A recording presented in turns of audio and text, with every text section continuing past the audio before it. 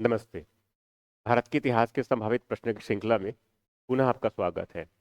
इसके पहले हमने प्राचीन भारत के इतिहास से संबंधित अब तक हमने 15 लेक्चर कवर किए हैं और करीब 265 क्वेश्चन मैंने इसमें कवर करवाया हूँ। और चूंकि जो है हम इसमें क्वेश्चन के फॉर्मेट में देख रहे हैं पूरे भारत के इतिहास को, तो उसमें मैं क्वेश्चन भी साथ में करते चले जा रहा हूँ और साथ में उसमें कुछ समझाने का भी प्रयास कर रहा हूँ कि भारत के इतिहास को जो है थोड़ा सा हम ठीक तरह से समझें। तो समझने का जैसे मैंने बता चुका था कि प्राचीन काल में वैदिक काल से लेकर के जो इस तरफ 1200 ईस्वी तक का जो इतिहास है, उसमें चार मुख्य चीजों को समझना होता है। चार मुख्य परिवर्तनों को समझना होता है। एक राजनीतिक परिवर्तन, दूसरा उसमें आर्थिक परिवर्तन, तीसरा उसमें सामाजिक परिवर्तन और चौथा उसमें सांस्कृतिक परिवर्तन। तो उसी परिवर्तनों के बेसिस पर ही जो है प्रश्न पूछते हैं हमारे पास में। तो अगर राजनीतिक में है तो कुछ में राज्य, उसके राजवंश, उसके शासन व्यवस्था या उसके शासक, इससे प्रश्न बनते हैं। या फिर उसमें उनकी अर्थव्यवस्था है तो उनके अर्थव्यवस्था में कृषि वाला सेगमेंट है, पशुपालन है, उसमें शिल्प और उद्योग वाला पोर्शन है, उसमें व्यापार और वाणिज्य का हिस्सा है, उसके मुद्रा से संबंधित, या फिर उसमें नगरीकरण से संबंधित। तो उसके बाद फिर इसमें समाज के बारे में है, तो समाज में जो है उसमें वर्ण व्यवस्था है क्या, या फिर उसमें जाति व्यवस्था है क्या, उसमें उसमें कोई संस्कार की व्यवस्था, कोई आश्रम की व्यवस्था, या फिर उसमें जो महिलाओं की स्थिति क्या है, दासों की स्थिति क्या रही है, अछूतों की क्या स्थिति रही है। तो समानता प्रश्न जो है यहीं से बनते हैं। और उसके बाद जब संस्कृति में जाते हैं तो संस्कृति में एक प्रकार से अगर देखा जाए तो उसमें एक तो धर्म का हिस्सा होता है, दूसरा उसका दर्शन का हिस्सा होता है, तीसरा उसकी भाषा का भी हिस्सा होता है, उनके लिपि का, उनके साहित्य का, और उसके साथ साथ कला के और भी रूप, चाहे वह स्थापत्य कला हो, चाहे संगीत कला हो, चाहे वह चित्रकला हो, या फिर कोई भी और रूप हो। तो ये एक्चुअल में उनके जो है संस्कृति के पहलू होते हैं। प्रश्न जो है हमारे सामने इसी दायरे में आता है। तो इसीलिए जो है प्राचीन भारत में, जैसे बताया मैंने, तो प्राचीन भारत में वैदिक काल से विशेष रूप से, तो वैदिक काल से लेकर के 12वीं सदी तक इसमें पूरे इस सेगमेंट को हमें चार भागों में देख करके पूरा परिवर्तन को समझना होता है। और उसमें फिर तथ्य को याद करना बहुत आसान हो जाता है। अब उसके बाद आज से हम जो प्रारंभ करने जा रहे हैं, ये एक्चुअल में जो है मध्यकालीन भारत के इतिहास है। और मैं उसको अपने नजर से अगर जिस तरह से देखूं मैं, तो मैंने जैसे बताया था कि अब तक मैंने इसके पहले कह सकते हैं कि पहले वैदिक काल, उसके बाद फिर इसके पहले तो हड़प्पा और प्रागैतिहासिक काल भी है उस नो डाउट में, वैदिक काल, उसके बाद फिर छठी सदी ईसा पूर्व वाला महाजनपद काल, उसके बाद फिर गुप्त काल, गुप्त काल के बाद फिर गुप्तोत्तर काल, और गुप्तोत्तर काल के बाद फिर इसमें पूर्व मध्यकाल। तो 750 ईस्वी से लेकर के जो है इसमें 1200 ईस्वी तक जो है पूर्व मध्यकाल को बताया था मैंने। मगर इसको जो है एक अच्छे अध्ययन के दृष्टिकोण से अगर देखें तो हम 1200 ईस्वी के बाद से लेकर के लगभग 1707 तक ये जो पूरा फेज है, इनको हम जो है उत्तर मध्यकाल के रूप में देख सकते हैं। और उसके बाद फिर 1707 से आगे उनको हम आधुनिक काल कह देते हैं। तो एक प्रकार से अगर देखा जाए तो जैसे मैंने बताया कि 750 से लेकर के जो है 1200 तक पूर्व मध्यकाल हो गया, जिसमें उस समय रणनीतिक विकेंद्रीकरण, बहुत छोटे छोटे राजवंश है उस समय, उत्तरी भारत में भी और साथ में दक्षिणी भारत में। तो उसमें दो फेज बताया था मैंने। एक गुप्तोत्तर वाला फेज जो 600 ईस्वी से लेकर 750 तक चला था, उसके बाद 750 से लेकर के जो है 1200 ईस्वी तक चला लगभग में। तो ये जो है पूर्व मध्यकाल। अब उसके बाद फिर हमें आगे देखना है जो 1200 ईस्वी से लेकर के जो है 707 ईस्वी तक, तो जिनको हम सामान्य भाषा में कह देते हैं कि मध्यकाल है। मगर एग्जैक्टली उनको सही तरीके से अगर समझे इतिहास के दृष्टिकोण से, तो वो एक्चुअल में जो है उत्तर मध्यकाल के रूप में। तो जैसे मैंने बताया कि इस मध्यकाल के पहले का वाला हिस्सा, तो 750 से लेकर के जो है 1200 ईस्वी तक क्या हो गया हमारा पूर्व मध्यकाल। और इसके बाद इसी क्रम में अगर आगे बढ़ेंगे इसमें, तो 1200 ईस्वी से लेकर के जो है 1707 तक, ये एक्चुअल में है उत्तर मध्यकाल। तो उत्तर मध्यकाल में जो है मुख्य रूप से अगर देखें, उसमें तीन चार बेसिक टॉपिक है एक्चुअल में ये। एक तो सबसे पहले क्या होता है इसमें, जो अरबों का आक्रमण, सबसे पहले जो मुख्य जो इसमें जो हिस्सा होता है, शुरुआती दौर में कह रहा हूं मैं कि इसमें अरबों का आक्रमण हुआ। अब अरबों का आक्रमण तो हालांकि जो है ऐसे वो फेज तो जो है 712 के आसपास से शुरुआत होता है, मोहम्मद बिन कासिम के आक्रमण से। तो सिंध पर उसने आक्रमण किया था दाहिर को परास्त करके। तो वहां से शुरुआत होता है। मगर इसी क्रम में फिर आगे जो है लगभग लगभग में कि उसमें फिर इसमें लगभग समझो कि 1000 ईस्वी के आसपास महमूद गजनवी जो उस तरफ जो शासक था, गजनी का शासक था, उसका भी आक्रमण होता है। 1000 से लेकर के 1027 तक करीब करीब उसने 17 बार भारत में आक्रमण किया था। और कह सकते हैं कि उसने अंतिम अभियान के रूप में एक प्रकार से अगर देखा जाए तो गुजरात में जो है जो सोमनाथ का जो मंदिर है उसको भी लूटा लूटा और साथ में तोड़ भी दिया उसने। तो ये भी सब कुछ घटना है। तो महमूद गजनवी गजनवी का भी है। तो एक प्रकार से ये तो हो गया कि अरबों का आक्रमण का फेज एक ही आया। उसके बाद इसी क्रम में जो है तुर्कों के आक्रमण का फेज आया। तो एक्चुअल में अगर देखा जाए तो पहले तो अरबों का आक्रमण है भारत में, इस पूर्व मध्यकाल से शुरुआत हो रहा है। और उसके बाद फिर तुर्कों का आक्रमण है। और तुर्कों के आक्रमण में हमने ये भी जानते हैं कि उसमें मोहम्मद गौरी, उसमें जो है मोहम्मद गौरी, अब मोहम्मद गौरी जो है एक प्रकार से अगर देखा जाए तो वो जो है तुर्क कह सकते हैं ये, तुर्क कह सकते हैं। अब उसके साथ में उनके दो प्रमुख उनके सेनापति कह सकते हैं, एक कुतुबुद्दीन ऐबक और दूसरा उसमें जो है बख्तियार खिलजी। इन दोनों साथ में है उनके ये। और ये सब बड़ी मात्रा में सैनिक लेकर उसने क्या किया, भारत पर आक्रमण किया। और उसने कह सकते हैं कि तराइन का जब दूसरा युद्ध हुआ था 1192 में, एक्चुअल में 1192 में तराइन का दूसरा युद्ध हुआ था। और उसमें जानते हैं कि पृथ्वीराज चौहान, जिनको हम राय पिथौरा भी कहते हैं, वो पराजित हो गया। और वहीं से एक प्रकार से अगर देखा जाए तो भारत में जो है जो मुस्लिम, ये फिर कह सकते हैं जो कह सकते हैं कि जो मुस्लिम जो साम्राज्य की जो नींव रखने की, जो कह सकते हैं कि उनके रास्ता जो है वहां से साफ हो गया उस तराइन के दूसरे युद्ध से। तो ये कह सकते हैं कि भारत के इतिहास में जो है जो तराइन का दूसरा युद्ध में पृथ्वीराज चौहान, जिनको राय पिथौरा कहते हैं, उनका हारा जाना, उनका पराजित हो जाना, ये भारत के इतिहास के लिए जो है बहुत निर्णायक रहा। और इसने कह सकते हैं कि इसने जो है भारत के पूरी इतिहास की दिशा और दशा बदल दिया। अब इसके बाद इसी क्रम में तो ठीक है और भी कई युद्ध हुए, जैसे कि चंदाबर के युद्ध भी है, जानते हैं 1194 का है, तो वो तो है ही ऑलरेडी। अब उसके बाद फिर इसी क्रम में अब जानते हैं कि इस तरफ हालांकि जो है जो मोहम्मद गौरी है वो भारत पर तो आक्रमण किया था कि साम्राज्य को जो है पर स्थापित करने के लिए, अपने साम्राज्य जमीन के विस्तार के लिए, मगर वो यहाँ पर नहीं रहना चाहते थे, वापस अपने जो है मुख्य क्षेत्र था वहां पर जाकर शासन करना चाहते थे। और इसीलिए जो है ये जो भारत का जो मुख्य क्षेत्र है जिनको उसने जीता था, उसको उसने एक प्रकार से जो है कुतुबुद्दीन ऐबक को सौंप दिया और अपने एक गुलाम के रूप में एक प्रकार से उनके अधीनस्थ हुए। और वहां से एक नई प्रकार की शुरुआत हुआ कुतुबुद्दीन ऐबक से 1206 में। पहले उसने लाहौर को अपना पहले उसने जो है लाहौर को अपना जो है राजधानी बनाया। और उसके बाद में जो शासक हुए उसी क्रम में उसने दिल्ली को जो है शासन बनाया, दिल्ली को अपना राजधानी बनाया। अब दिल्ली को जब राजधानी बनाया तो दिल्ली को राजधानी बना करके जो है उसने अपना सल्तनत का विस्तार किया। या फिर ये कह सकते हैं कि पूरे दिल्ली सल्तनत का जो केंद्र बिंदु है वो दिल्ली बना। और इसीलिए जो है इनको दिल्ली सल्तनत भी कहा जाता है। ऐसे तो इसमें कई अलग अलग वंश हुए, गुलाम वंश हुए, खिलजी वंश हुए, तुगलक वंश हुए, सैयद वंश हुए, और उसके बाद फिर इसमें जो है लोधी वंश हुए अंतिम रूप से। तो ये जो है इनका पूरा राजवंश, मतलब इनके राजनीतिक जीवन की बात करें तो राजनीतिक जीवन में इसमें एक तो उनका जो है पूरा साम्राज्य है, साम्राज्य की विस्तार इनकी पूरी बातें हैं। इसके साथ साथ इसमें उनका राजवंश है, अलग अलग राजवंश है, गुलाम से लेकर जैसे लोधी वंश तक बताया मैंने। इसके बाद फिर उसमें उनका जो है शासन व्यवस्था। तो ठीक है, ओवरऑल में अगर कहा जाए तो दिल्ली सल्तनत का जो पूरी इतिहास है 1206 से लेकर के 1526 तक होता है। और 1526 जानते हैं उसमें कि पानीपत का जो पहला युद्ध होता है बाबर और इब्राहिम लोधी के मध्य, उसमें इब्राहिम लोधी जो है पराजित हो जाता है और एक नई वंश की शुरुआत होती है जिनको हम कहते हैं मुगल वंश। और उसके बाद फिर बाबर, फिर उसके बाद हुमायूं और उसके बाद फिर अकबर। इस तरह से क्या है, इस तरह से एक प्रकार से फिर मुगल साम्राज्य की शुरुआत हुआ। तो दो सेगमेंट हो गया, एक दिल्ली सल्तनत और उसके बाद फिर मुगल वाला फेज। तो जिस समय दिल्ली सल्तनत से मुगल फेज की तरफ आगे बढ़ रहे थे उस समय दक्षिण भारत में दो प्रमुख क्षेत्रीय राजवंशों का उदय हुआ था।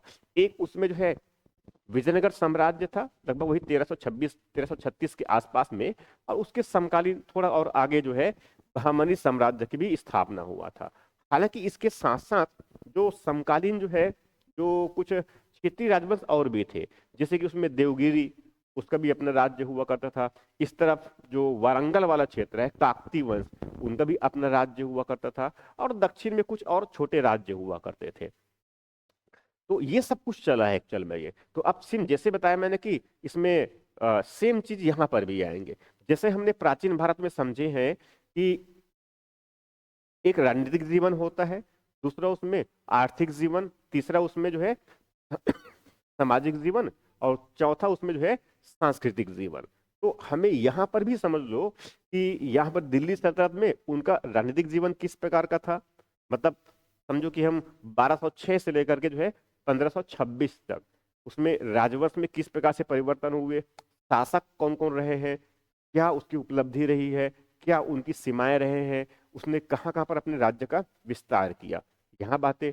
प्लस इसमें उनकी जो शासन व्यवस्था में कैसे बदलाव हुआ आया, गुलाम वंश के शासकों ने किस प्रकार से शासन किया, फिर खिलजी वंश के शासकों ने किस प्रकार से शासन किया। तो ये पूरी शासन और उनके प्रशासन की बात है ये। इसके बाद तीसरी बात इसमें होती है, अब इसके बाद फिर अब दूसरा हिस्सा क्या होता है इनका, अर्थव्यवस्था। अब अर्थव्यवस्था की जब जब भी हम बात करते हैं तो उसमें एक तो होता है उनमें कृषि, सबसे इंपॉर्टेंट सेगमेंट। अगर पशुपालन कुछ महत्वपूर्ण उस समय अगर कुछ उपलब्धि है तो उनको भी हम ले सकते हैं, तो कृषि तो बहुत महत्वपूर्ण है। उसके बाद फिर शिल्प और उद्योग, ये अर्थव्यवस्था का महत्वपूर्ण हिस्सा है, उसमें क्या परिवर्तन आया। उसके बाद फिर इसी क्रम में व्यापार और जो वाणिज्य है उसमें क्या परिवर्तन आया। उसके बाद फिर इसमें जो उनकी मुद्रा और जो नगरीकरण की मात्रा है उसमें क्या परिवर्तन है। तो ये जो है आर्थिक जीवन में इतने हिस्से होते हैं जहां से प्रश्न बनते हैं हमारे पास में, या फिर इस अर्थव्यवस्था को समझने का एक तरीका इस प्रकार का हो सकता है।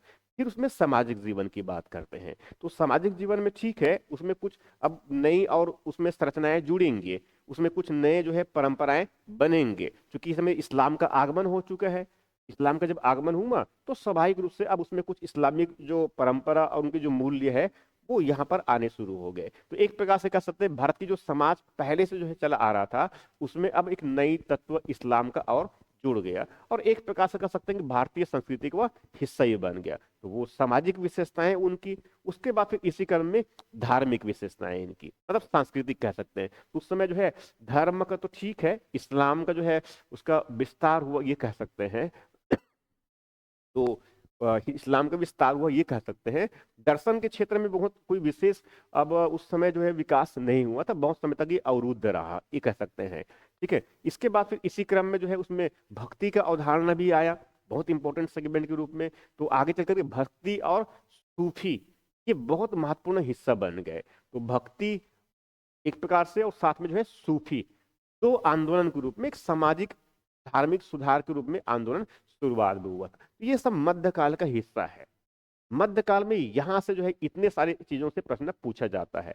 तो हमें ये ध्यान में रखना है, और मैं जो है प्रयास कर रहा हूं कि इसमें से सभी बातों को मैं जो है समेकित करके प्रश्न में उसमें लेकर के आऊं। तो आज तो ठीक है हम इसमें मध्यकाल शुरुआत कर रहे हैं। तो सबसे पहले उसमें जो रणनीतिक परिवर्तन किस प्रकार से हुए हैं, मतलब उसमें मुगलों, इसमें अरबों का आक्रमण, इसमें तुर्कों का आक्रमण, और उसके बाद फिर इसमें दिल्ली सल्तनत, उसमें राजनीतिक जीवन मुख्य रूप से इसमें अलग अलग राजवंश और उसके शासक और उनके कुछ उपलब्धियों को लेकर के। तो आज का जो मेरा सेगमेंट है वो समझो कि इसी बात को लेकर के है। तो भारत के इतिहास में ठीक है इसमें संभावित प्रश्न है, मगर मेरा जो पर्पस है मैं चीजों को समझाने का प्रयास कर रहा हूँ कि भारत के इतिहास को जो है ठीक तरीके से देखने का यहाँ भी एक नजरिया हो सकता है, जिसमें तथ्यों को जो है रटने की आवश्यकता नहीं पड़ेगी आपको। तथ्यों को हम एक प्रकार से जो है संकल्पनाओं में कॉन्सेप्ट से अंदर उनको फिट करते चले जाएंगे, और फिर तथ्य जो है ऑटोमेटिकली हमें याद होते चले जाएंगे। तो हमें इसी पैटर्न को फॉलो करना है। तो सीधे चलते हैं प्रश्न की तरफ।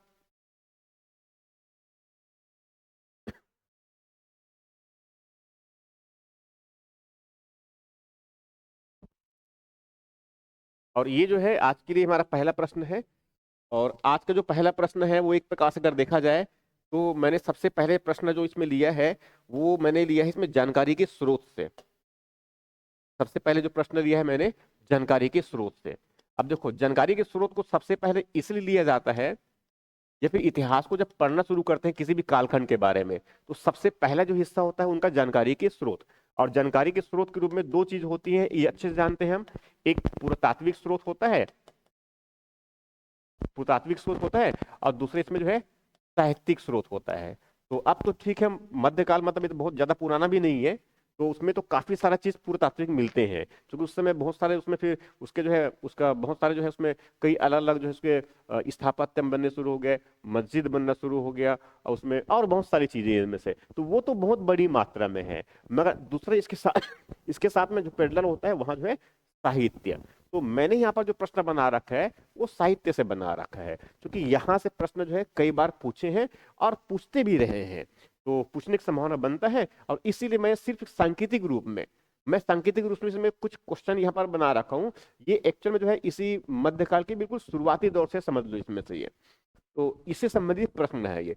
मध्यकालीन भारत के इतिहास की जानकारी देने वाले साहित्यिक ग्रंथों से संबंधित निम्नलिखित युग्मों में से कौन सुमेलित नहीं है। अब इसमें यहाँ पर चार जो है इतिहासकार दे रखा है और उसकी रचना दे रखा है। अब जैसे कि पहले इसमें दे रखा है अलबरूनी। अलबरूनी, ये अलबरूनी जो है बहुत महत्वपूर्ण है, इसने रचना किया था किताब उल हिंद।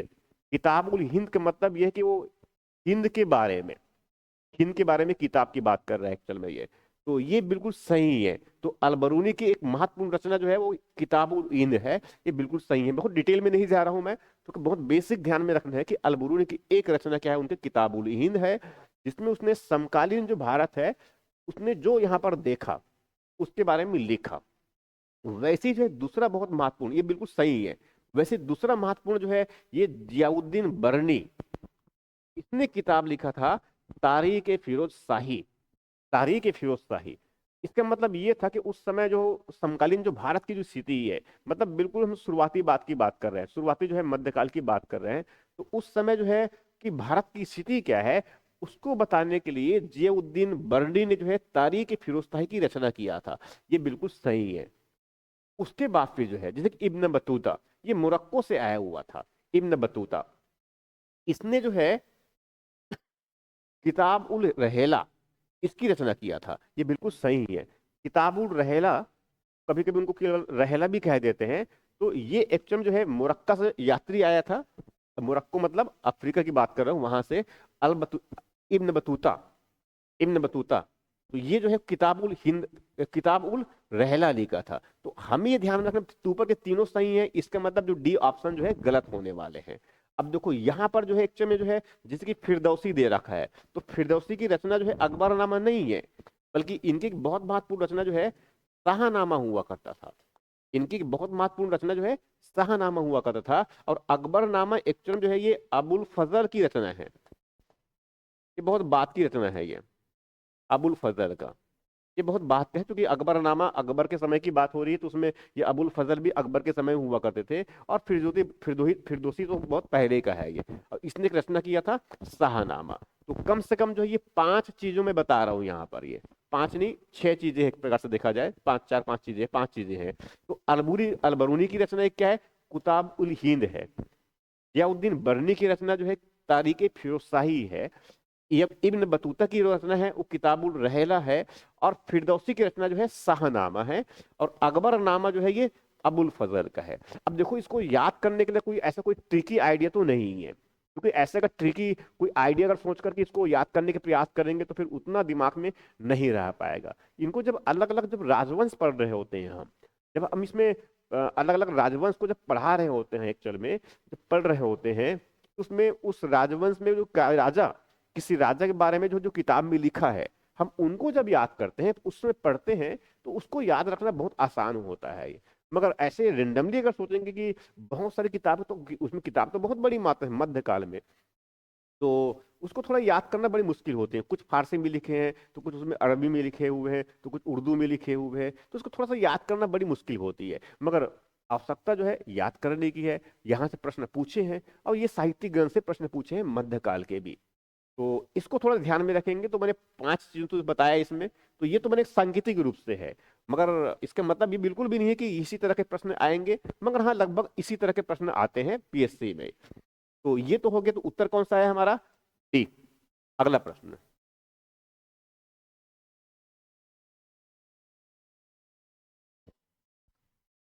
ये आज के लिए दूसरा प्रश्न है ये। भारत पर अरबों के आक्रमण से संबंधित निम्नलिखित कथनों में से कौन सा सही नहीं। अब थोड़ा पहले मैं बेसिक बता दूं इस पर, थोड़ा पहले बेसिक बता दूं मैं। अब इनको ऐसा समझिए, तो ये जो है हम समझो कि पहले थोड़ा सा मैं 7वीं सदी के बैकग्राउंड बता रहा हूँ कि 7वीं सदी में एक्चुअल में हो क्या रहा था। 7वीं सदी की बात कर रहा हूँ, 7वीं और उसके बाद फिर आगे की बात करेंगे। तो एक्चुअल में जो है 7वीं सदी में ऐसा अगर कहा जाए तो ये इस प्रकार से अगर कहा जाए तो अ, ऐसा मान के चलिए, तो वो सांकेतिक बस छोटे रूप में बना बना रखा हूं मैंने। तो ये एक्चुअली में जो अरब वाला क्षेत्र है, ये जो अरब वाला क्षेत्र है, यहाँ पर जो है पैगंबर साहब का जन्म होता है। और पैगंबर साहब जानते हैं कि वहाँ जो है पैगंबर है, एक प्रकार से कहा जाए तो उसने इस्लाम के जो है उसने नींव रखा, इस्लाम धर्म का उन्होंने स्थापना किया। और इस्लाम धर्म के जो है स्थापना के बाद उसमें उनके जो उत्तराधिकारी हुए, जिनको हम खलीफा कहते हैं, उनके द्वारा जो है एक इस्लामिक सिद्धांतों के आधार पर एक विशाल साम्राज्य का निर्माण किया, जिनको हम कहते हैं खलीफा का साम्राज्य। तो खलीफा जो है एक रणनीतिक नेता के साथ साथ वो धार्मिक नेता थे उनके। जो अरब क्षेत्र में, जो सऊदी अरब और आसपास का जो क्षेत्र है, उसमें इस्लामिक सिद्धांतों के बेसिस पर, और इस्लामिक सिद्धांत का मतलब मैं कुरान की सिद्धांतों की बात कर रहा हूं, तो उस सिद्धांतों के आधार पर जो है यहाँ पर एक खलीफा का साम्राज्य स्थापित हुआ। खलीफा जो है धार्मिक नेता के साथ साथ वहां राजनीतिक नेता भी था। मतलब पूरे जो है इस्लामिक जो साम्राज्य है उसका नेतृत्व करता वो खलीफा हुआ करता था। और खलीफा का मतलब ऐसा मानते थे कि वो पैगंबर के कोई उनके वंशज ही है जो उनका उत्तराधिकारी बने हैं। तो ठीक उस समय खलीफा तो प्रमुख 4 खलीफा हुए शुरुआती दौर में।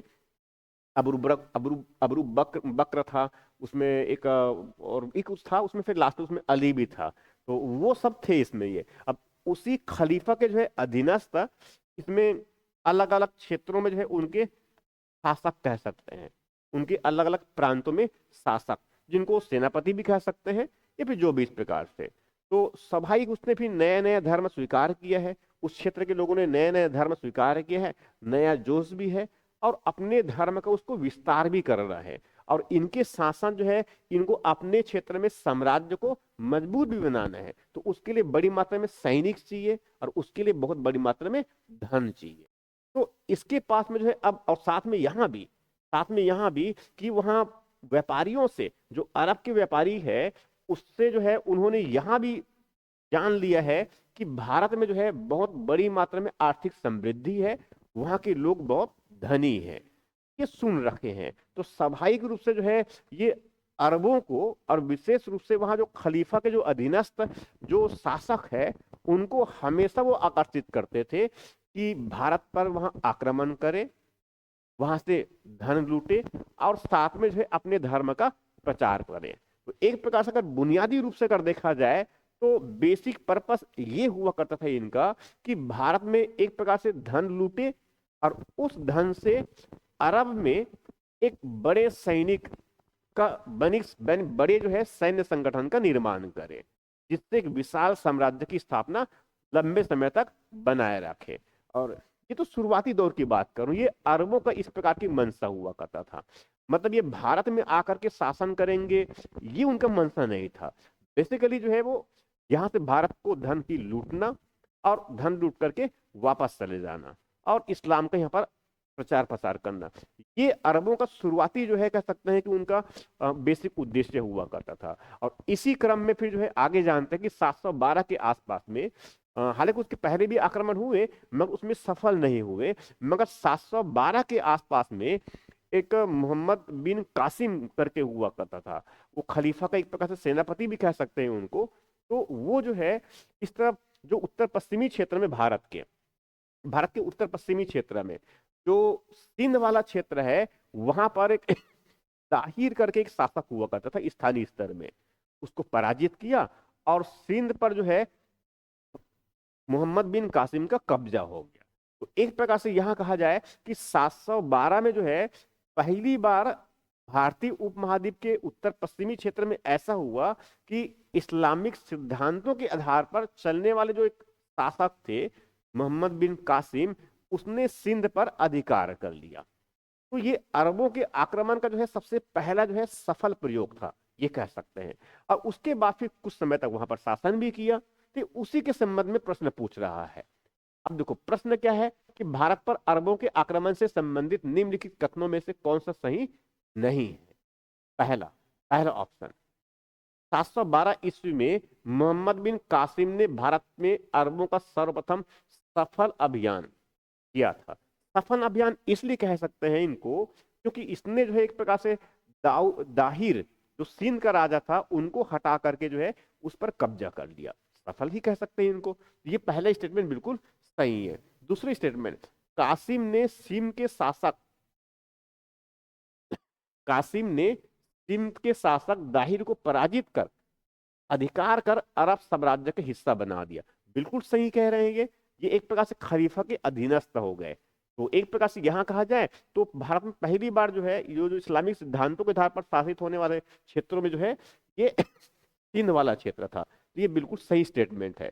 तीसरी स्टेटमेंट, भारत पर अरबों के आक्रमण का मुख्य उद्देश्य भारत पर अरबों के आक्रमण का मुख्य उद्देश्य धन की प्राप्ति और इस्लाम का प्रचार करना था। ये बिल्कुल सही है। इसमें तीनों स्टेटमेंट बिल्कुल सही है। तो ये तो बहुत बेसिक चीजें हुई। देखो हम जब भारत में जो है अरबों का आक्रमण को जब समझते हैं तो उसमें कम से कम बुनियादी रूप से इतनी बातें समझ में आनी चाहिए। तो उत्तर क्या होगा? डी। इनमें से एक भी ऑप्शन गलत नहीं है। अगला प्रश्न,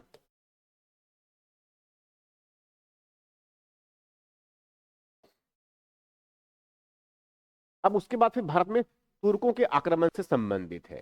तो देखो भारत में तुर्कों के आक्रमण का मतलब ये एक प्रकार से अगर देखा जाए तो मैं लगभग समझो कि 1000 ईस्वी के आसपास की बात कर रहा हूं। मैं ये 1000 ईस्वी के आसपास की बात कर रहा हूं। और जो गजनी वाला क्षेत्र है एक प्रकार से जो अफगानिस्तान के बिल्कुल उत्तरी वाला क्षेत्र है वहां पर जो पड़ता है उनको ऐसे समझे। तो ऐसे उनको समझ सकते हैं कि ये जो है अगर वर्तमान जो भारत की स्थिति और उसमें इस तरफ पाकिस्तान वाला हिस्सा तो ठीक है ही। और तो इसमें जो है यहाँ पर कह सकते हैं गजनी थोड़ा दूर का क्षेत्र बता रहा हूँ समझने के लिए मैं। गजनी यहाँ पर शुरुआती दौर पे जो है एक तुर्की शासक हुआ करते थे जिनको बोलते हैं सुबक्तगीन हुआ करता था। जिनको बोलते थे सुबक्तगीन। बहुत शुरुआती दौर की बात कर रहा हूं मैं, लगभग वही 1000 ईस्वी के थोड़ा आगे पीछे की बात कर रहा हूं। इसके बाद इसी क्रम में जो है एक अलप्तगीन अलप्तगीन करके हुए। और उसके बाद इसी का पुत्र हुआ करता था महमूद गजनवी। इसका पुत्र हुआ करता था महमूद गजनवी। लगभग 1000 के आसपास की बात कर रहा हूं। महमूद गजनवी जो है बड़ा शक्तिशाली शासक था। बड़ा कह सकते हैं कि साहसी कह सकते हैं कि वहां जो है एक प्रकार से कह सकते हैं कि इनका बेसिक वही पर्पस था। इनका बेसिक पर्पस था कि भारत में चूंकि समृद्धि का अच्छा स्तर है और इसीलिए उसने जो है सीधे तौर पे धन की लूट को अपना माध्यम बनाया कि भारत में जो है कई बार आक्रमण किए। महमूद गजनवी 1000 ईस्वी से लेकर के लगभग 1027 तक के फेज में भारत में 17 बार आक्रमण किए और भारत को कैसे खूब बुरी तरह से लूटा ये कह सकते हैं। उसी क्रम में जो है करीब करीब जो है अंतिम फेज में उसने सोमनाथ के मंदिर को भी लूटा। सोमनाथ के मंदिर जो इस तरफ गुजरात में समुद्र के किनारे जो कठियावाड़ का जो पठार वाला क्षेत्र है वहां पर जो है सोमनाथ के मंदिर को लूटा भी और कहते उसने तोड़ भी दिया उनको। ये उसी की बात कर रहा हूं मैं। तो ये तो महमूद गजनवी हुआ। तो ये एक्चुअल में कह सकते हैं कि तुर्कों के आक्रमण की प्रक्रिया इस तरह शुरुआत हुई। तो एग्जैक्टली 1000 ईस्वी में शुरुआत की ऐसा नहीं है, उसको थोड़ा पहले की बात है। मगर महमूद गजनवी जो है ये 17 बार आक्रमण किया। मतलब समझो कि प्रत्येक 1.5 वर्ष में एक बार उसने आक्रमण किया ऐसा मान के चलिए। तो ये उसी से संबंधित प्रश्न है ये। अब प्रश्न ये है कि भारत में तुर्कों के आक्रमण से संबंधित निम्नलिखित कथनों में से कौन सा सही नहीं है। अब 3 ऑप्शन दे रखे हैं। पहला, भारत पर प्रथम तुर्क आक्रमण गजनी के शासक सुबक्तगीन ने किया था। बिल्कुल सही है। ये शुरुआती दौर की बात कर रहा हूं, बहुत शुरुआती दौर पे।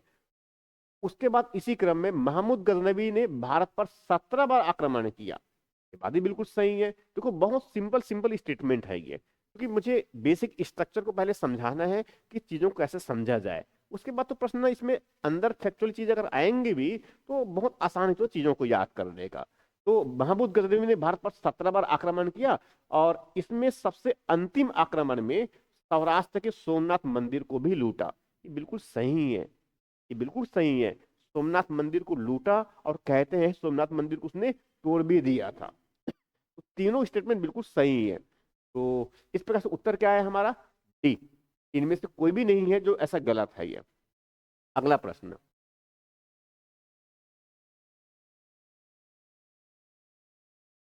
अब इसी क्रम में जो है ये अगला प्रश्न है, और ये भी जो है तुर्कों के आक्रमण से जुड़ा हुआ है सीधे तौर पे ये। तो भारत पर तुर्कों के आक्रमण से संबंधित निम्न कथनों में से कौन सा कथन सही नहीं है? तो यहां पर भी तीन स्टेटमेंट दे रखा है। जैसे कि सबसे पहले, अब देखो, पहले सेगमेंट में सुबत्तगीन, अलप्तगीन और उसके बाद महमूद गजनवी। तो ये लगभग समझ लो कि जो है 1000 से लेकर के 1000 वही 26-27 के आसपास तक का पूरा खेल है एक्चुअल में ये। मगर उसके बाद की स्थिति अगर देखें, तो अगर भारत को उस समय की स्थिति देखें, तो उस समय भारत की, अगर हम राजनीतिक स्थिति देखें, उस समय भारत की राजनीतिक स्थिति देखें, जिस समय ये लोग आक्रमण के उस समय की बात कर रहा हूं, तो ये जो क्षेत्र है, जैसे कि यहाँ पर जो अजमेर वाला क्षेत्र है और जो दिल्ली तक ये जो बड़ा क्षेत्र है, इस पर जो है उस समय जो चौहान वंश के शासक हुआ करते थे, पृथ्वीराज चौहान,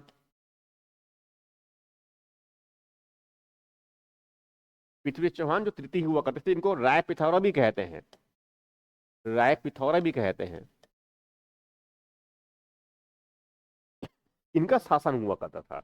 और यहाँ पर जो है जो कन्नौज वाला क्षेत्र है, यहाँ पर एक ये चौहान वंश की बात कह रहा हूं मैं। और थोड़ा जम्मू कश्मीर भी जाएंगे, जम्मू कश्मीर में, तो जम्मू कश्मीर में जो है वहां पर समझो एक प्रकार से उस समय वहां पर जो जिनको हम हिंदू शाही वंश कहते हैं, ये थोड़ा बहुत पहले की बात होगी। हिंदू शाही वंश हुआ करता था वहां पर, तो वो तो ठीक है, अब लगभग समाप्त होने की स्थिति में आ गया। और यहाँ पर जो कन्नौज में जो है, यहाँ पर कन्नौज में जो है यहाँ पर एक गाहकवाड़ वंश हुआ करता था। और मैं लगभग जो है 1111 उसमें 1190-91 के आसपास की बात कर रहा हूं मैं, क्योंकि उसी क्रम से संबंधित ये प्रश्न है। और उसी समय ये मोहम्मद गौरी वाला पूरा जो खेल है इसी समय की शुरुआत में है ये। तो गायकवाड़ वंश में एक शासक हुआ करते थे जिनको कहते थे जयचंद। और इस तरफ जो अगर देखा जाए, तो अब इसी समय, अब बाकी तो ठीक इस तरफ और भी है, यहाँ पर जो है कह सकते हैं कि चालुक्य शासक है गुजरात के, में चालुक्य शासक है, इसमें चालुक्य शासक यहाँ पर था उस समय, किम सेकंड हुआ करता था, ऐसा कह सकते हैं ये। तो उस समय तो ठीक है, बंगाल भी है और इधर नालंदा भी है, ये सब कुछ है। अब इसी समय, और ये फेज कह रहा हूं मैं, लगभग समझो कि 1191 से लेकर के हम 94, और उसके बाद फिर फाइनली जो है 1206 तक की बात कर रहा हूं मैं ये, इस फेज में ये। क्योंकि उसी समय ये कह सकते हैं कि इसमें जो तुर्कों का आक्रमण जो हुआ है भारत में, उनको एक प्रकार से सफलता मिल गई है, ये कह सकते हैं ये। तो इसके पहले तो अरबों का आक्रमण जो है सिंध तक उसने अपना राज्य स्थापित किया था, मगर ये वहां से बहुत आगे बढ़ सके, आगे बढ़े एक्चुअल में वो। और यही फाइनली एक प्रकार से अगर देखा जाए, तो 1206 में जो है उसने तरफ जो दिल्ली सल्तनत की इसने स्थापना किया, ये कह सकते हैं ये। तो उसी से संबंधित प्रश्न है ये। तो अब इसमें कहते हैं कि भारत पर तुर्कों के आक्रमण से संबंधित निम्नलिखित कथनों में से कौन सा सही नहीं है? अब एक पहली बात है ये, तो थोड़ा सा पहले समझ ले। देखो एक्चुअल में जो है ऐसा हुआ था कि तुर्कों के आक्रमण का मतलब मोहम्मद गौरी की बात कर रहा हूं। तो मोहम्मद गौरी और साथ में जो है उनके दो प्रमुख सेनापति कुतुबुद्दीन ऐबक और बख्तियार खिलजी, और साथ में उनकी बहुत बड़ी एक सैन्य संगठन, इसने भारत में जो है एक प्रकार से कह सकते हैं कि जहां बड़ी मात्रा में धन प्राप्ति है उनको, तो धन की लूटने के लिए साथ में जो है अब इनका मंशा, गौरी का मंशा एक प्रकार से वहां साम्राज्य की स्थापना करना है भारत में। उनको इस्लामिक साम्राज्य की स्थापना करना था भारत में, यहां भी था, धन चाहिए था उनको बड़ी मात्रा में, और अपने इस्लाम का प्रचार भी करना था। तो ये बेसिक पर्पस हुआ करता था इनका। और इसी पर्पस को पूरा करने के लिए उसने सबसे पहले मतलब 1191 में जो है उसने भारत के उत्तर पश्चिमी क्षेत्र में, जो कह सकते हैं कि बिल्कुल उत्तर पश्चिमी क्षेत्र में, यहाँ जो इस तरह जो सिंध वाला क्षेत्र थोड़ा कह सकते हैं उत्तर पश्चिमी क्षेत्र में, ये इस क्षेत्र में, यहाँ पर उसने जो है एक प्रकार से कह सकते हैं कि आक्रमण करना वहां शुरू हुआ। अब चूंकि यहाँ पर आक्रमण का मतलब ये है कि यहाँ पर आक्रमण का मतलब ये है कि एक प्रकार से यहाँ पर पृथ्वीराज चौहान है, उनके लिए चुनौती उत्पन्न, तो पृथ्वीराज चौहान भी चाहता है अपने राज्य का विस्तार करे, और ये अपने राज्य का भी विस्तार करने का प्रयास कर रहा है। तो बहुत स्वाभाविक था, दोनों के बीच में संघर्ष होना तय था। और यही क्रम में कहते हैं कि 1191 में 1191 में जो है उस तरफ जो पृथ्वीराज चौहान और साथ में जो है जो मोहम्मद गौरी, वो दोनों के बीच में संघर्ष हुआ तराइन वाले क्षेत्र में। तराइन वाला क्षेत्र मतलब इस तरफ जो है, जो हरियाणा का जो क्षेत्र है, मैं वहां की बात कर रहा हूँ। तो वहां पर पहले युद्ध हुआ जिनको हम कहते हैं तराइन का पहला युद्ध 1191 में। और इस तराइन के युद्ध एक प्रकार से अगर देखा जाए तो एक तरफ पृथ्वीराज चौहान है और दूसरी तरफ है मोहम्मद गौरी और उनके दोनों सेनापति। ऐसा कहते हैं कि पृथ्वीराज चौहान और उनके पृथ्वीराज चौहान जो है और उनकी जो पूरा सेना है, बहुत बहादुरी से उसने संघर्ष किया। और पहले युद्ध में, इस तराइन की पहले युद्ध में जो है मोहम्मद गौरी जो है एक प्रकार से जो है बुरी तरह से पराजित हो गए, पहली बात है। मगर उसके बाद दोबारा जो है पृथ्वीराज चौहान जो है, पृथ्वी मोहम्मद गौरी जो है साहस जुटा करके फिर दोबारा जो है, मतलब 1192 में ही उसने दोबारा से फिर आक्रमण कर दिया। तराइन में दूसरा युद्ध हुआ 1192 में। ऐसा कहते हैं उसमें पृथ्वीराज चौहान जो है लड़ते लड़ते मारे गए, ऐसे कहते हैं ये। तो एक प्रकार से कह सकते हैं कि तराइन के दूसरा युद्ध ने एक प्रकार से भारत में जो है जो इस्लामिक जो राज्य है उनकी स्थापना के लिए मार्ग प्रशस्त कर दिया। तो एक प्रकार से अब उनको कोई और उनको चुनौती देने वाला और कुछ नहीं रहा गया। हालांकि उसके बाद जो है ये जो कन्नौज के शासक, जो गढ़ वंश के शासक थे, कन्नौज में गढ़ वंश शासक थे जयचंद, उसने भी कुछ सामना किया। 1194 में एक और युद्ध हुआ जिनको हम कहते हैं चंदाबर के युद्ध। और चंदाबर के युद्ध में जो है उसमें जयचंद भी पराजित हो जाता है। और उसके बाद फिर जो है जयचंद जब पराजित हो गए तो बख्तियार खिलजी वो आगे बंगाल तक जो है उसने क्षेत्र को लूटने के लिए, साम्राज्य को जीतने के लिए आगे बढ़ा बख्तियार खिलजी। और इसी क्रम में जो है वहां पर जो नालंदा है उसको लूटा, कहते हैं कि आग भी लगा दिया और बंगाल तक लूटा। दूसरा उस तरफ दूसरा उनका सेनापति था जिनको कहते हैं कुतुबुद्दीन ऐबक। वो इस तरफ पश्चिम क्षेत्र की तरफ आगे बढ़ा और इस क्षेत्र के बहुत सारे क्षेत्रों को उसने लूटा और साम्राज्य को जीत भी लिया। तो ये एक प्रकार से अगर देखा जाए, और इसी क्रम में मगर साथ में यहाँ भी गौरी जो है, मोहम्मद गौरी जो है, वो भारत में यहाँ पर रहकर के शासन नहीं करना चाहता था। वो सीधे तौर पर वहां अपने क्षेत्र में वापस चले गए और यहाँ जो जीते हुए क्षेत्र थे भारत के, मुख्य रूप से भारत के बड़े क्षेत्र जो जीते हुए क्षेत्र थे, उसको जो है उसने कुतुबुद्दीन ऐबक को सौंप दिया। और कुतुबुद्दीन ऐबक जो है सबसे पहले लाहौर को राजधानी बनाया और वहां से उसने जो है वहां से उन्होंने अपने सल्तनत की नींव रखा। हालांकि बाद में जो है इल्तुतमिश हुए जिसने राजधानी जो है एक प्रकार से कहा जाए तो दिल्ली को बनाया वास्तविक रूप में, और उसने दिल्ली को जो है पूरी सल्तनत का केंद्र बिंदु बना करके अपने सल्तनत का विस्तार किया। और इसीलिए चूंकि इसकी राजधानी मुख्य रूप से दिल्ली रही है, इसीलिए जो सल्तनत स्थापित हुआ उनको हम कहते हैं दिल्ली सल्तनत, जिनमें पहला जो है गौरी का दास था, उनका गुलाम था, इसीलिए इनको जो है गुलाम वंश भी कहते हैं। तो एक प्रकार से 1206 में जो है दिल्ली सल्तनत की नींव रखा कुतुबुद्दीन ऐबक ने। तो ये बिल्कुल शुरुआती दौर की बात कर रहा हूं, तो उसी से संबंधित प्रश्न है ये। अब प्रश्न ये है इसमें कि मोहम्मद गौरी के भारत में आक्रमण का उद्देश्य पूछा है, कौन सा सही नहीं है। मोहम्मद गौरी के भारत में आक्रमण का उद्देश्य क्या, भारत में मुस्लिम राज्य की स्थापना करना था, ये बिल्कुल सही है। और यही कारण था कि उसने कुतुबुद्दीन ऐबक जो उनके अधीनस्थ उनके गुलाम थे उसको वहां पर शासन की बागडोर सौंप दिया और वापस चले गए। दूसरा बी, इसे सौराष्ट्र के शासक मतलब मोहम्मद गौरी की बात कर रहा है, शुरुआती दौर पर उसने जो आक्रमण किया था उत्तर पश्चिमी क्षेत्र में, तो जो सौराष्ट्र के शासक मतलब जो गुजरात के जो शासक थे भीमसेन द्वितीय, जिनका मूल नाम मूलराज भी कहते हैं, एक नाम मूलराज भी कहते हैं, इसने बंदी बना लिया था। ये बिल्कुल सही है।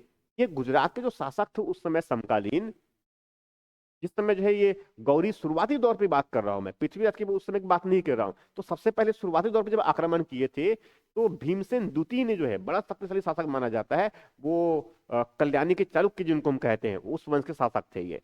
तो ये जो है मोहम्मद गौरी को जो है बंदी बना लिया ऐसे कहते हैं, मगर बाद में उसको छोड़ दिया गया था ऐसा कहते हैं। तो वही है, फिर से आक्रमण किया 1191 और 92 वाला फेज बताया मैंने, और फिर उसमें 94 वाले फेज में ये। तो इस प्रकार से अगर देखा जाए तो ये दूसरे ऑप्शन भी बिल्कुल सही है। अब तीसरे ऑप्शन तराइन के द्वितीय युद्ध में। अब तराइन के द्वितीय युद्ध, इसका मतलब ये कि तराइन का पहला भी युद्ध हुआ है। तो हमें ये भी ध्यान में रखना है, ये भी ध्यान रखना है, तराइन का जो पहला युद्ध है, पहला युद्ध इनका जो है ये 1191 में हुआ, और तराइन का दूसरी युद्ध ये जो है 1192 में हुआ। और इसी क्रम में बताया मैंने जयचंद के साथ में युद्ध हुआ था, जिनको हम चंदाबर का युद्ध कहते हैं, चंदाबर का युद्ध कहते हैं। इस चंदाबर के युद्ध जो है 1194 में हुआ है। तराइन के पहले युद्ध में जो है वो पृथ्वीराज चौहान और गौरी के साथ में हुआ, चौहान जीत गया उसमें। दूसरा चंदावर जो तराइन का दूसरा युद्ध वही दोनों है, मगर उसमें गौरी जीत गया। अब उसके बाद तीसरा बताया मैंने कौन, चंदावर का युद्ध है, जिसमें जयचंद और गौरी के बीच में हुआ है एक प्रकार से देखा जाए, और उसमें गौरी जीत गया। तो इसको भी ध्यान में रख रहे हैं हमें। अब इसी पे कह रहे तीसरी स्टेट में, तराइन के द्वितीय युद्ध ने पृथ्वीराज चौहान राय पिथौरा को पराजित कर, तराइन के द्वितीय युद्ध में पृथ्वीराज चौहान को पराजित कर गौरी ने भारत में मुस्लिम राज्य की नींव रखा। अब देखिए, ऐसे आप सोचेंगे सामान्य रूप से तो गौरी ने जो है भारत पर मुस्लिम राज्य की नींव रखा है, ऐसा बिल्कुल भी नहीं है।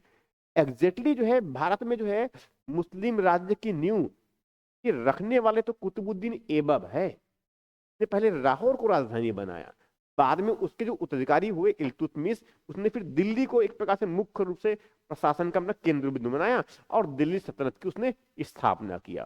तो ये एग्जैक्टली अगर देखा जाए तो ये एक्चुअल में अगर देखें तो गौरी ने जो है यहाँ पर, गौरी ने जो है इसने भारत में मुस्लिम राज्य की नींव नहीं रखा, बल्कि ये रखने वाले कौन है, कुतुबुद्दीन ऐबक। कुतुबुद्दीन ऐबक कहते हैं, कुछ लोग इनको ऐबक भी कह देते हैं, ये इस तरह से। ये तो दोनों बातों को ध्यान में रखना है। तो एग्जैक्टली जो है ये सेंटेंस क्या हो जाएगा हमारे लिए, गलत हो गया। इसका मतलब ये कि कथन कौन सा कथन गलत है, तो उसमें सी ऑप्शन गलत है। ये आधे हिस्से इसमें सही है, मगर लास्ट में जो है भारत में मुस्लिम राज्य की नींव रखा गया है, ये स्टेटमेंट गलत हो गया। तो उत्तर कौन सा आ गया हमारा, सी। अगला प्रश्न,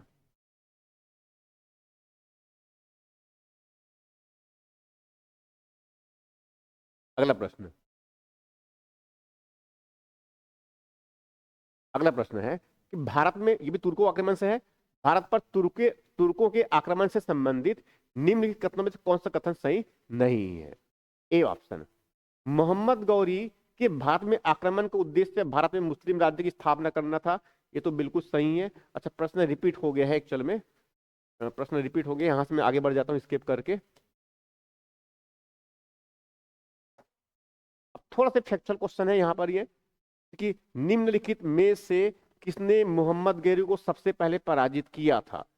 तो अब सबसे पहले की बात पूछ रहा है, तो एक तो पृथ्वीराज चौहान ने पराजित किया था, ठीक है, ये तो मगर बात का है, ये कह रहा है 1191 वाला फेज है। और इसके पहले जो है ये भीमसेन प्रथम ने ऑलरेडी इनको पहले पराजित कर रखा है। तो सबसे पराजित करने वाले तो कौन हो गए, भीमसेन, भीमदेव प्रथम, भीमदेव द्वितीय। जो बताया था मैं, पश्चिमी चालुक्य सौराष्ट्र के शासक थे, वही उनको बंदी बनाया था, मगर बाद में उनको छोड़ दिया गया था। और ये ललितादित्य मुक्तपीड़, ये तो इस तरफ कश्मीर में जो है, जो कारकोट वंश के शासक हुआ करते थे, कारकोट वंश हुआ करता था, उसका शासक हुआ करता था ललितादित्य मुक्तपीड़, जिसने जो है कश्मीर में जो है एक मार्तन मंदिर का निर्माण करवाया था, जो जिनको भगवान शिव, भगवान सूर्य को समर्पित मंदिर कहते हैं। वो ललितादित्य मुक्तापीड़ जो है ये जम्मू कश्मीर से, जो कारकोट वंश था वहां जुड़ा हुआ था। और जयचंद, तो ये तो बताया मैंने कन्नौज का शासक था, घाघवाड़ वंश का, और इनको चंदाबर के युद्ध में गौरी ने पराजित कर दिया है। तो उत्तर कौन सा आ गया हमारा, ए। अगला प्रश्न,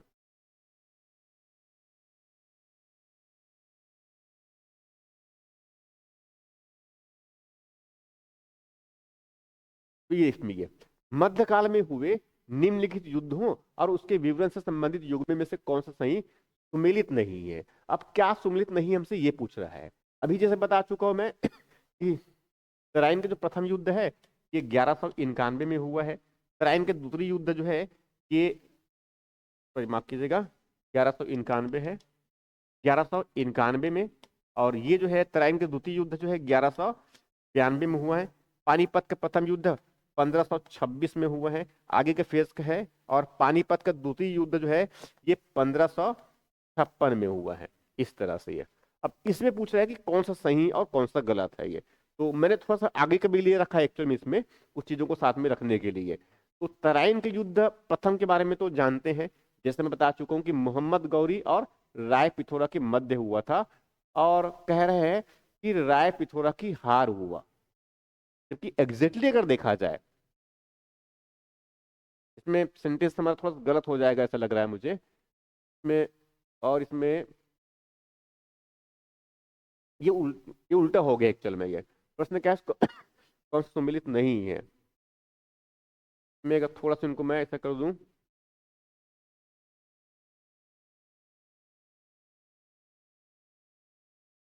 इसको मैं ऐसा भी कर सकते हैं इनमें कि इसमें अगर मैं ऐसा कर देता हूँ क्वेश्चन को, तो अब सही प्रश्न बन जाएगा। अब ये इनको थोड़ा सुधार कर पढ़ लेंगे, तो सुधार के पढ़ लेंगे तो वहां पर एक्चुअल में कि मध्यकाल में हुए निम्नलिखित युद्धों में से युद्धों और उनके विवरण से संबंधित कौन सी युग्म सुमेलित है।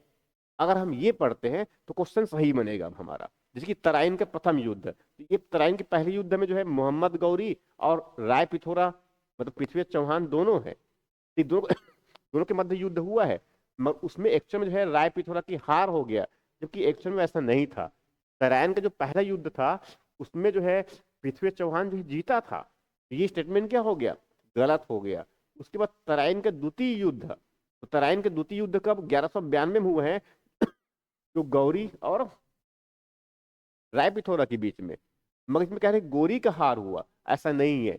गोरी तो सेकंड तराइन युद्ध हुआ था उसमें जीता था, तो ये भी स्टेटमेंट क्या है, गलत हो गया। उसके बाद कह रहे हैं कि पानीपत का प्रथम युद्ध, तो पानीपत के प्रथम युद्ध जैसे जानते हैं कि वहां जो है तरफ जो बाबर और उस समय जो है जो इब्राहिम लोदी था, दोनों के बीच में हुआ था, तो इसके बारे में कह रहे हैं। और ओवरऑल में अगर देखें तो क्वेश्चन ही हमारा गलत हो गया एक्चुअल में। ये यहाँ पर भी अगर देखें तो यहाँ पर इब्राहिम लोदी लोदी होना चाहिए था, मगर ये एक्चुअल में क्वेश्चन हमारा गलत हो गया है। क्वेश्चन गलत फ्रेम हो गया है। ये मैंने ही फ्रेम किया था मगर क्वेश्चन गलत हो गया, तो इसको हम छोड़ देते हैं, स्किप करके मैं यहाँ आगे बढ़ रहा हूँ। जब आगे से सुधार कर पढ़ेंगे तब इसमें क्वेश्चन बनाएंगे ये। तो इसके बाद अगले क्रम में अगले क्वेश्चन में द्वितीय सल्तनत दिल्ली सल्तनत से संबंधित निम्नलिखित कथनों में से कौन सा सही नहीं है। तो चार स्टेटमेंट दे रखा है, अब इसमें प्रश्न पूछ रहा है कि कम से इसमें सही नहीं है। तो पहला, कुतुबुद्दीन ऐबक लाहौर को राजधानी बना करके दिल्ली सल्तनत की नींव रखा था, ये बिल्कुल सही है। दूसरा, इल्तुतमिश ने लाहौर के स्थान पर दिल्ली को सल्तनत का केंद्र बनाया, बात भी बिल्कुल सही है। इस सल्तनत में क्रमशः गुलाम वंश गुलाम वंश, फिर खिलजी वंश, फिर सैयद वंश, फिर तुगलक वंश और इब्राहिम लोदी, ये फिर लोदी वंश कह दिया है। तो ये एक्चुअल में अगर इस क्रम को दे रखा है, मगर एक्चुअल में अगर देखा जाए तो ये क्रम सही नहीं है। एक्चुअल में दिल्ली सल्तनत में अगर देखेंगे तो एक्चुअल में ऐसा कहा जाए तो सबसे पहले तो उसमें गुलाम वंश होता है, फिर उसके बाद में गुलाम वंश के बाद फिर इसमें जो है इसमें दूसरा जो है इसमें खिलजी वंश हुआ। तीसरा इसमें जो है तुगलक वंश हुआ, और चौथा इसमें जो है सैयद वंश हुआ, सैयद वंश, और सैयद वंश के बाद में इसमें जो है लोधी वंश लास्टली, इस तरह से ये। तो ये एक्चुअल में जो है यहाँ पर दिल्ली सल्तनत में इस तरह से वंश परंपरा रही है इनकी ये। मगर यहाँ पर दे रखा है कि सल्तनत काल में क्रमशः पहले गुलाम, फिर खिलजी, फिर सैयद, तो ये गलत हो गया है। ये एक्चुअल में थोड़ा बाद में आना चाहिए था, और ये एक्चुअली पहले आना चाहिए। तुगलक पहले आएगा यहाँ पर और सैयद जो है बाद में आएगा, तब जाकर के सही होगा।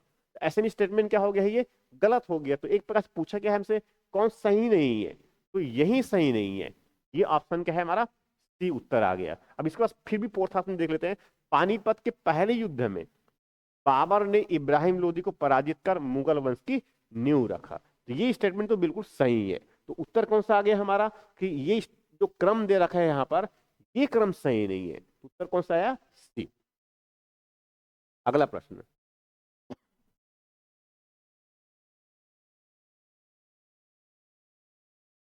अब गुलाम वंश से संबंधित है ये प्रश्न, ये गुलाम वंश से संबंधित। गुलाम वंश से संबंधित निम्नलिखित कथनों में से कौन सा सही नहीं है। क्या सही नहीं है, फिर वही प्रश्न है। वो सेम पैटर्न में लिया हूं और मैं एक एक वंश को धीरे करके समझाने का प्रयास कर रहा हूं। अब कहे गुलाम वंश से संबंधित निम्नलिखित कथनों में से कौन सही नहीं है। पहले, दिल्ली सल्तनत में इस वंश के संस्थापक कुतुबुद्दीन ऐबक थे। दिल्ली सल्तनत में इस वंश के संस्थापक कुतुबुद्दीन ऐबक थे। बिल्कुल सही है कि सबसे पहले कुतुबुद्दीन ऐबक हुए, उसके बाद फिर इसी क्रम में इल्तुतमिश हुए, बीच में कुछ और हुए, फिर इल्तुतमिश हुए, फिर रजिया, फिर आराम शाह। ये आगे इस क्रम में और भी कई शासक है। बलबन बहुत महत्वपूर्ण शासक है। उसके सबसे लास्ट में क्यूमर से हुए। तो ये तो समझो कि ये एक प्रकार से कहते हैं गुलाम वंश की बात है, तो उसी के बारे में कह रहे हैं। दिल्ली सल्तनत में इस वंश में संस्थापक कुतुबुद्दीन ऐबक थे। ये बिल्कुल सही बात कह रहा है, बी ऑप्शन। इल्तुतमिश इस वंश के महत्वपूर्ण शासक थे जिन्होंने इक्ता प्रणाली शुरुआत किया था। ये बिल्कुल सही है। इक्ता प्रणाली का मतलब ये था कि उसने जितने वो क्षेत्र था उनके पास में जीते हुए, उस क्षेत्र को उसने छोटे छोटे भागों में, छोटे मतलब एक बड़े भागों में बांट दिया, मतलब प्रांत के जैसा ऐसा मान के चलिए। तो उसको कहा गया इक्ता। और उसके जो मुखिया हुआ करते थे उनको मुक्ति कहते थे। तो एक प्रकार से ऐसा जो है करने वाला काम जो है ये इल्तुतमिश ने किया था, जो कुतुबुद्दीन ऐबक का उसका दामाद भी कह सकते हैं, ये हुआ करता था। तो ये जो है बिल्कुल सही है। तो ये स्टेटमेंट बिल्कुल सही है। तीसरा ऑप्शन, बलबन इस वंश का सबसे शक्तिशाली, बलबन इस वंश का शक्तिशाली शासक हुए जिसने तुर्क ए चहलगामी ने जो है तुर्क ए चहलगामी, तुर्क ए चहलगामी का मतलब ये है कि उसमें कहते हैं उनको चालीसा दल भी कहते थे, उनका गठन किया। अब ये स्टेटमेंट यहां पर दे रखा है कि बलबन जो है एक बहुत शक्तिशाली शासक है इसी वंश का, ये तो ठीक है, मगर आगे दे रखे है कि तुर्क ए चहलगामी अर्थात चालीसा दल उसका गठन किया। जबकि एग्जैक्टली जो है अगर देखा जाए तो तुर्क ए चहलगामी या चालीसा दल इसका गठन जो है बलबन ने नहीं किया, बल्कि बलबन के स्थान पर जो है किया किसने है, वो इल्तुतमिश ने किया हुआ है। तो ये स्टेटमेंट हमारा क्या है, गलत हो गया। तो सी ऑप्शन इसमें गलत है। इसका मतलब हमारा उत्तर क्या आना है, सी। फिर भी अंतिम स्टेटमेंट को देख लेते हैं। क्यूमर्स बिल्कुल सही है। इस वंश के गठन, क्यूमर्स इस वंश के अंतिम शासक थे जिसे हटाकर जलालुद्दीन खिलजी ने खिलजी वंश की नींव रखा। ये बिल्कुल सही है। तो एक्चुअल में अगर ऐसा कहा जाए तो गुलाम वंश में सबसे पहले शासक थे कुतुबुद्दीन ऐबक ने नींव रखा इस वंश की। उसके बाद इसी क्रम में जो महत्वपूर्ण शासक हुए वो इल्तुतमिश हुए, इक्ता प्रणाली शुरुआत किया। उसके बाद उसकी पुत्री रजिया उसने शासन किया, बीच में कुछ और शासक हुए। फिर उसी क्रम में आगे चलकर किसमें बलबन बड़े शक्तिशाली शासक हुए, दिल्ले इल्ला की उपाधि धारण किया था। बलबन जो है बहुत शक्तिशाली शासक हुए थे। तो उसके बाद फिर सबसे अंतिम में जो है इसमें गुलाम वंश में जो शासक हुए क्यूमर्स, क्यूमर्स। और इसी को एक प्रकार से फाइनली एक प्रकार से जो जलालुद्दीन खिलजी था उसने हटाया और खिलजी वंश की नींव रखा। तो एक प्रकार से गुलाम वंश के बाद इसमें जो है अगला जो वंश शुरुआत हो गया वो खिलजी वंश था। हमें ये ध्यान में रखना है। राजधानी पहले जो है लाहौर था, बाद में राजधानी जो है दिल्ली बनाया गया इल्तुतमिश के द्वारा। तो ये तो शुरुआती है। तो उत्तर कौन सा आ गया हमारा, सी। अगला प्रश्न, खिलजी वंश से संबंधित निम्नलिखित कथनों में से कौन सा सही नहीं है। कौन सा सही नहीं है हमें ये देखना है। अब देखिए प्रश्न ये है, पहला, अलाउद्दीन खिलजी इस वंश के शक्तिशाली शासक हुए जिसने दक्षिण भारत में वारंगल पर आक्रमण किया था। अब इनको थोड़ा पहले समझ लेते हैं। देखो अब गुलाम वंश के बाद जो है खिलजी वंश की स्थापना, जैसे मैंने बताया कि जो क्यूमर से हुआ करते थे उस कालखंड में जो सबसे अंतिम शासक गुलाम वंश का वही था। और उस समय जलालुद्दीन खिलजी ने जो है खिलजी वंश की नींव रखा। और उसके बाद जो बहुत शक्तिशाली शासक हुए उसी वंश में वो थे अलाउद्दीन खिलजी, बहुत शक्तिशाली शासक कह सकते हैं। उसने उत्तर भारत में जो है कह सकते हैं बड़ा एक कठोरता से शासन किया। ऐसे भी कहते हैं उसने एक धर्म चलाने के भी प्रारंभ किया, धर्म धर्म को धर्म चलाने का प्रयास भी किया था। हालांकि उलेमा लोगों ने उनका जब विरोध किया तो उसने उनको पोस्टपोन कर दिया, ये कह सकते हैं। मगर हाँ ये बहुत शक्तिशाली शासक थे, ये कह सकते हैं। इस समय जो है मुगलों का उस समय जो है उधर मंगोलों का आक्रमण भी हुआ था, हालांकि उसने उसको रोका। इसके साथ साथ वहां जो है दक्षिण की तरफ जो देवगिरी वाला क्षेत्र है उसको जीता, उसको जीतने उस पर आक्रमण किया था। आगे जो बिल्कुल दक्षिण में वारंगल तक, दक्षिण भारत में वारंगल जहां पर काकती शासक हुआ करते थे उस पर भी आक्रमण किया था, वही 1300 के आसपास की हिस्से में ही है। और आक्रमण भी किया। तो पहले तो कहते हैं कि कुछ उनको कहते हैं कि वारंगल के जो राजाओं ने उनको पराजित कर दिया था, मगर बहुत बाद में और आगे उसमें वारंगल को उसने पराजित भी कर दिया एक प्रकार से ये। तो यहाँ भी सही है। साथ में यहाँ भी इसने जो है एक काम और किया था। अलाउद्दीन खिलजी से कई काम किए हैं, तो उसमें बड़े काम भी एक माने जाते हैं उनका।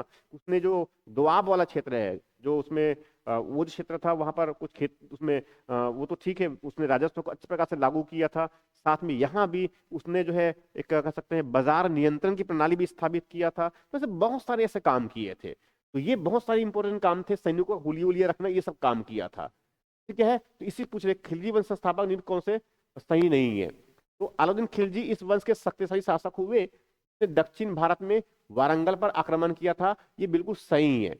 जैसे मैंने बताया कि वारंगल पर आक्रमण किया था, हालांकि कहते हैं कि उसमें हार गया था पहली बार में, ये बाद में उनको जीता गया। और तो ये तो ठीक है। अब बी ऑप्शन, इसने सैनिकों के लिए हुलिया, मतलब सैनिकों का पोशाक मतलब उनकी हुलिया रखना, एक्चुअल में ये कि उनके बारे में पूरे उनका रिकॉर्ड रखना हर एक चीजों का, हुलिया और घोड़े को दागने की प्रणाली प्रारंभ किया था, ये बिल्कुल सही है। एक्चुअल में होता ये था कि अलाउद्दीन खिलजी के जो सैनिक है वो गड़बड़ी करते थे। अच्छे नस्ल के घोड़े सैनिकों सैन्य संगठन में मजबूत करने के लिए चाहिए, मगर सैनिक जो है घोड़े को अदला बदली कर देते थे कैसे ये। और उसमें अच्छे नस्ल के घोड़े अगर नहीं होंगे तो सभाई के युद्ध में उनको अच्छा सफलता नहीं मिलेगा। तो इसीलिए जो है ऐसा कहते हैं कि सैनिक जो है भ्रष्ट हो गए थे। तो इसीलिए उसने घोड़े को पहचान के लिए, ये सैन्य संगठन की हिस्सा है, उसके पहचान के उसमें उनको दागने का मतलब उस पर चिन्ह बनाने की उसने प्रथा शुरुआत किया था, ऐसे कहते हैं ये उसी की बात कर रहे हैं। और ये बिल्कुल सही है, दोनों स्टेटमेंट सही हो गया। तीसरी स्टेटमेंट, इसने अपने शासनकाल में इसने अपने शासनकाल में आवश्यक वस्तुओं के मूल्य निर्धारण के लिए 4 बाजार की स्थापना किया था, ये बिल्कुल सही है।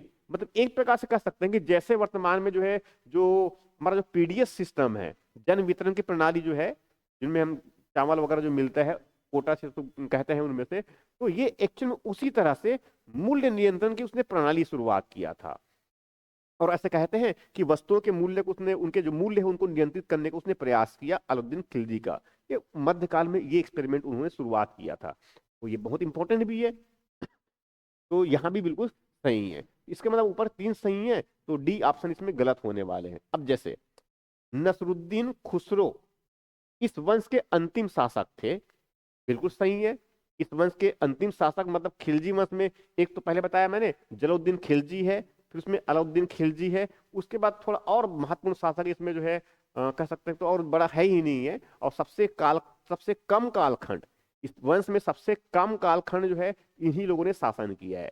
सबसे अधिक तो उसमें तुगलक वंश ने शासन किया है, और उसके बाद में फिर उसमें दूसरे में क्रम में जो गुलाम वंश था उसने शासन किया। उसके बाद फिर जो है तीसरा उसमें जो है जो क्या बोलते हैं जो खिजर वाला था, लोधी भी था। तो एक्चुअली में ऐसा ध्यान रखना है कि सबसे अधिक मात्रा में जो शासन किया है तुगलक वंश ने शासन किया है, और सबसे कम में अगर देखा जाए तो यही खिलजी ने शासन किया है। कम से कम इतनी बातें ध्यान में रहना चाहिए। तो इसी में अंतिम शासक जो है खुसरो इस वंश के अंतिम शासक थे, जिसे हटा करके खिज्र रखा। अब खिज्र खान नहीं हटाया है, क्योंकि खिलजी वंश के तुरंत बाद में जो है यहाँ पर जो है तुगलक वंश की स्थापना हुआ है, और खिज्र खां तो एक्चुअल में जो है सैयद वंश की स्थापना किए हैं। तो ये स्टेटमेंट क्या हो गया, गलत हो गया। तो डी इसलिए गलत है। तो उत्तर कौन सा आ गया हमारा, डी। अगला प्रश्न, और ये लास्ट प्रश्न ले रहे हैं इसमें हम, ये लास्ट प्रश्न है ये। तुगलक वंश से संबंधित निम्नलिखित कथनों में से कौन सा सही नहीं है। पहला, गयासुद्दीन तुगलक ने नसरुद्दीन खुसरो को हटा करके इस वंश की नींव रखा, ये बिल्कुल सही है। गयासुद्दीन तुगलक जो है तुगलक वंश के पहले शासक थे जिन्होंने इस वंश की नींव रखा, बिल्कुल सही बात है ये।